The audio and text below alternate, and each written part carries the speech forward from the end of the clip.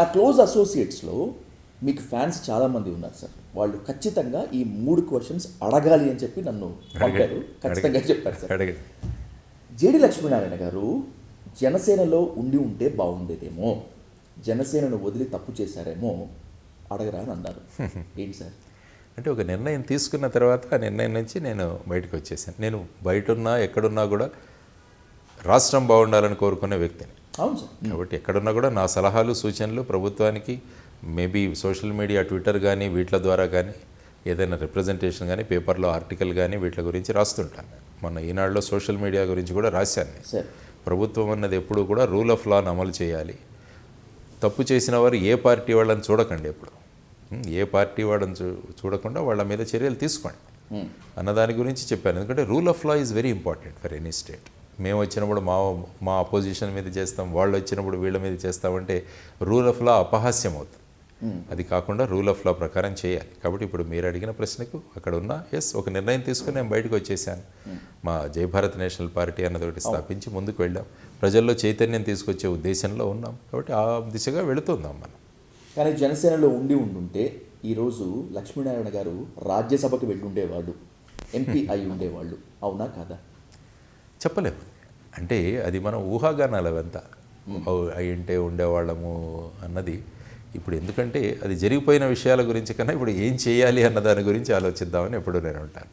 Governor కోటాలో ఎమ్మెల్సీలు ఇచ్చినప్పుడైనా లేకపోతే మరికొన్ని కోటాలో ఎమ్మెల్సీలు ఇచ్చినప్పుడు, రాజ్యసభకి రాష్ట్రం కానటువంటి వాళ్ళని తీసుకొచ్చి రాజ్యసభ పదవులు ఇచ్చినప్పుడు ఇవంతా బేరసారాలు మాత్రమే. ఎవరు ఎన్ని ముడుపులు ఇస్తే వాళ్ళకి పదవులు వస్తాయనేటువంటిది ఓపెన్ విమర్శ. లక్ష్మణ్ గారు మీరేమంటారు? కరెక్ట్. ఎందుకంటే రాజకీయాలు చాలా కాస్ట్లీ అయిపోయాయి.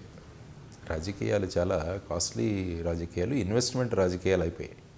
ఎందుకంటే ఒక్కొక్క ఎమ్మెల్యేకి ఇంత పెడితే కానీ వాళ్ళు అవ్వట్లేదు అన్నది ఓపెన్గా మాట్లాడుతున్నారు. ఏడీఆర్ అనే సంస్థ వాళ్ళు చెప్పారు ఎవరెవరు ఎంతెంత పెడుతున్నారు అన్నది కూడా వాళ్ళు ఓపెన్గా డిక్లేర్ చేశారు. 65,000 కోట్ల ఖర్చు అవుతుందంట యాక్చువల్గా క్యాండిడేట్లు. ఇది క్రమక్రమంగా ప్రాకిపోతుంది. అందుకని ఎక్కడ చూసినా కూడా రియల్ ఎస్టేట్ వాళ్ళు లేకుంటే ఏదైనా ఇండస్ట్రీస్ వాళ్ళు వీళ్ళంతా కూడా రాజకీయాల్లోకి వస్తున్నారు. సో ఎందుకంటే మనీ అన్నది ఒక క్రైటీరియా అయిపోయింది. ఆ విధమైన రాజకీయాల్లో మార్పులు తీసుకురావాలన్నది ఒక కాన్సెప్ట్ మాది. బేసిక్గా వ్యక్తిగతంగా కానీ పార్టీ తరపున కానీ ఈ మార్పు రాజకీయాలు తీసుకురావాలి. దానికోసం పోరాడదాం. ఓ టైం పట్టొచ్చు, కానీ ఏదో ఒక మార్పు తీసుకురావాలి. ఎలక్షన్ కమిషన్ విధానాలు మారాలి. లేకుంటే ఇంతవరకు ఎన్నికల సంస్కరణలు ఏవచ్చాయి ఇవన్నీ కూడా సుప్రీంకోర్టు నుంచే వచ్చాయి. కాబట్టి సుప్రీంకోర్టుకు వెళ్ళడం ఇలాంటివన్నీ కూడా ఇప్పుడు రకరకాల ఊహాగానాలు జరుగుతున్నాయి. యాక్చువల్గా పడిన ఓట్లకి కౌంట్ చేసిన ఓట్లకి చాలా వ్యత్యాసం ఉందని చెప్పేసి మొన్న మహారాష్ట్రలో కూడా సుమారుగా 76 లక్షల ఓట్లు 5 గంటల నుంచి 11 గంటల వరకు వేయబడ్డాయట. అంటే సుమారుగా 8% ఓట్లు అక్కడ పడ్డాయి.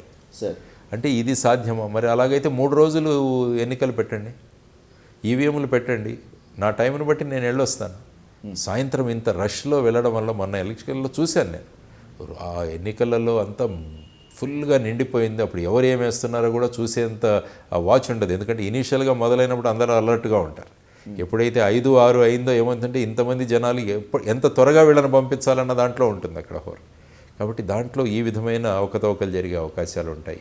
తర్వాత వచ్చేసి ఈవీఎంల మీద చర్చలు జరుగుతున్నాయి రకరకాలు. ఈవీఎం బ్యాటరీ మళ్ళీ కౌంటింగ్ వచ్చేసరికి మళ్ళీ 90% చూపిస్తుంది, అక్కడ 60% ఉండింది. మొబైల్ ఫోన్లో మనం స్విచ్ ఆఫ్ చేసి పెడితే బ్యాటరీ ఛార్జ్ అవ్వదు కదా, మరి ఇక్కడ ఎలా ఛార్జ్ అవుతుంది? ఇలా రకరకాల ఇవి వస్తున్నాయి. కాబట్టి వీటన్నిటిలో కూడా కొన్ని రిఫార్మ్స్ అనేవి అవసరం. అందుకనే మళ్ళీ బ్యాలెట్ పేపర్కే వెళ్ళాలని పాల్ గారు మన సుప్రీంకోర్టులో ఒక పిఐఎల్ వేశారు.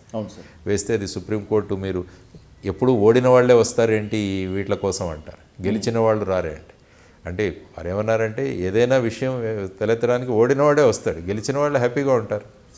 సో ఆ విధంగా ఇటువంటి విషయాలు కూడా మార్పులు రావాలి. ఎందుకంటే ఒక లెవెల్ ప్లేయింగ్ ఫీల్డ్ అన్నది తీసుకురావాలి ఎలక్షన్లో.